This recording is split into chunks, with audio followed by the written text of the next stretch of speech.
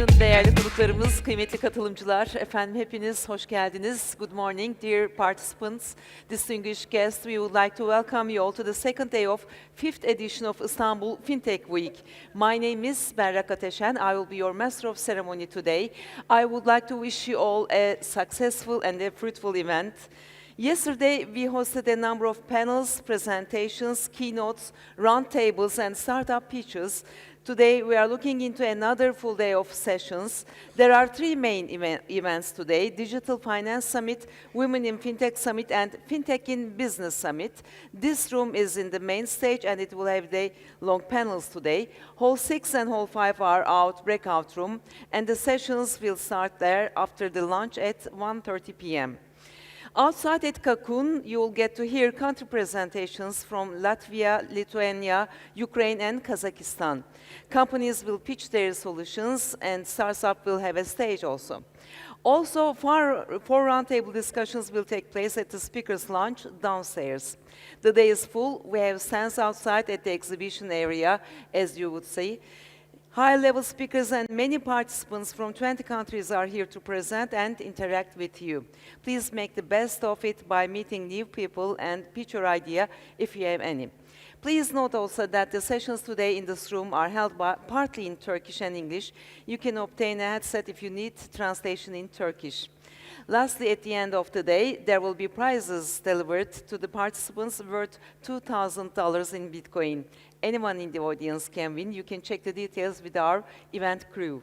By this token, we are deeply grateful for the support of our sponsors and partners. Without them, this event would have been next to impossible.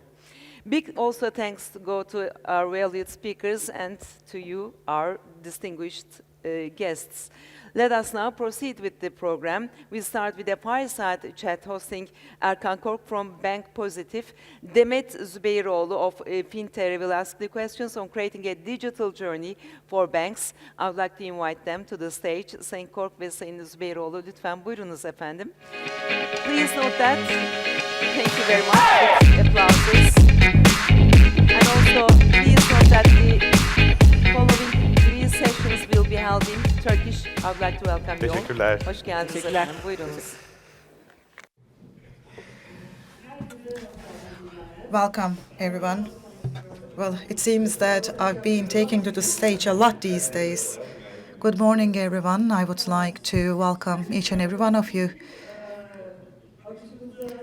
So Berrak mentioned the flow of the day. We are talking about the digitization of finance, and this is basically the main theme of the day. And women leaders are going to be hosted. Women in Fintech is a session that we place great emphasis on. We will have valuable speakers for that session.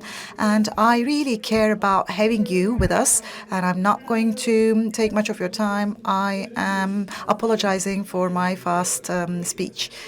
And before we start, I also would like to thank all the sponsors, first and foremost you, because these kinds of events act as a guide for the entire banking sector. And this is also an area where we understand where we are headed in terms of the entire industry. I would like to thank everyone for your sponsorship and all the participants.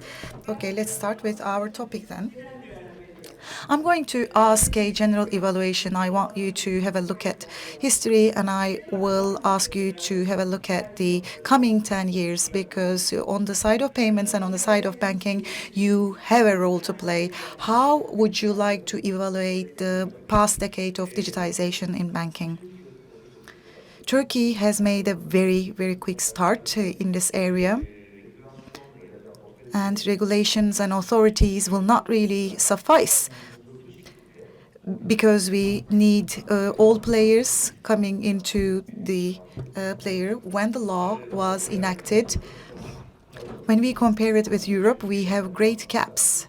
And Money 2020, it was an event during which I explained this as well. We are one step ahead in terms of innovation, in terms of brain, in terms of software, but we just need a little bit of push. We need a driving force, and nobody has been able to address that yet right now. And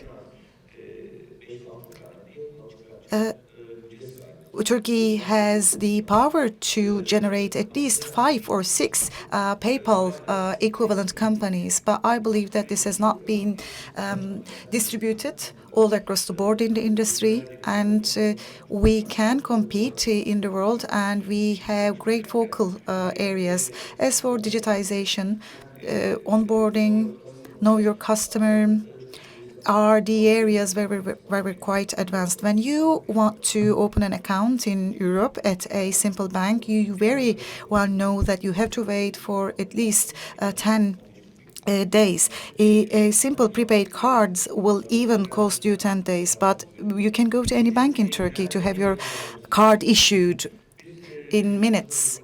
And I also want to emphasize that we are a bank of 25 years, and we extended the first loan without onboarding. It was what we did in 15 years ago. You would only file your application and the card would be delivered to your house.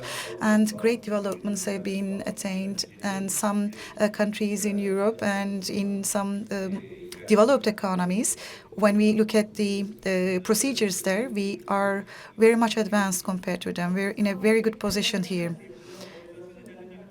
Well, this is why we are holding this event, because the level of international adoption, it is also high, and we also would like to attract international players as well, and we also would like to inspire and facilitate access of Turkish players to other markets. Yes, I remember it very well because I remember how it was with Bank Positive. Unfortunately, I am at an age that allows me to remember it. And onboarding is an area that Turkey is quite advanced. And mobile banking, I think I've been using it for the past 2 decades. And when I talk about it, people are quite surprised. And I live in Europe, that's why I see this reaction. And my last onboarding experience with a foreign bank took me 1.5 months. This is an interesting user experience journey in Europe. So I'm asking you to have a look at the future as well. Yes, we want we want to go global, but how to really do that, and how do you think the next decade is going to treat us? First, we shouldn't be acting as solitary players.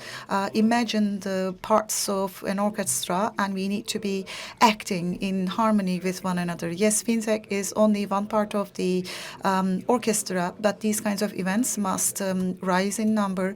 Conferences, symposiums should be organized, and it's a milestone for me. Money 2020, for example, only 8 companies attended under Turkish Pavilion. It was a first in Amsterdam, but this June we will have 20 Turkish companies, and this is indicative of the vision of Turkey. Money 2020, yes, it's important, and people there, and when we compare ourselves with competition, we can understand how much we've come.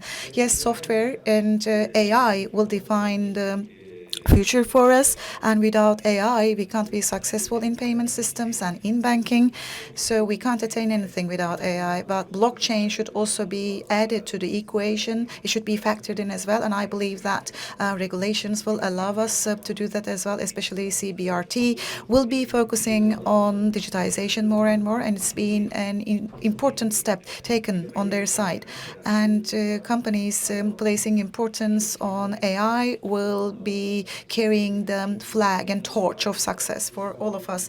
And smart watches will not really be there for us as tools. Maybe we can even, we will be able to make payments with our brains only, by thinking only.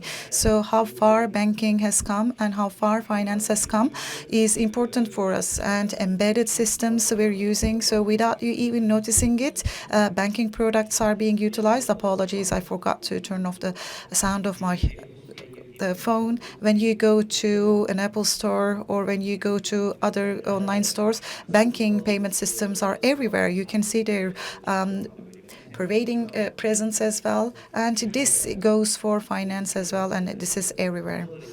So interacting with these spheres and taking a step in the sphere of Apple as a Turkish company will be important. And for us to grab a share from the international market, if you have an e-commerce system, you are able to receive payment systems, but we are unable to provide services at international level. If regulations and if laws allow us to do that, any company in Europe or any company in another part of the world, if we can provide payment services, we will be able to work with these companies in other parts of the world. And this will also enable us to be very much in tune with competition. So this has been a note and message for regulators as well. Anything that you want to add? By the way, Money 2020, we are also collaborating with them. They have booths here, and you are more than welcome to visit them. Yes, we're acting very fast, and Turkey is taking quite firm and prompt steps from payments to other areas as well. And we need to be acting in harmony, that's for sure, and we can act in solidarity and unity in these kinds of events.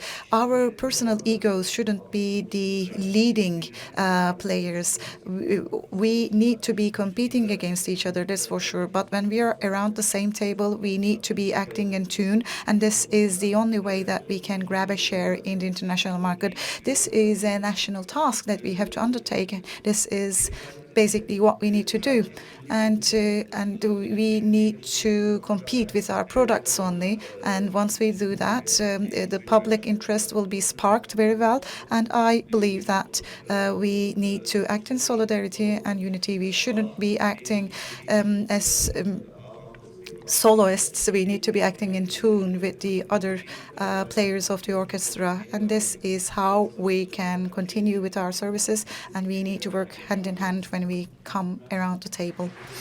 Thank you.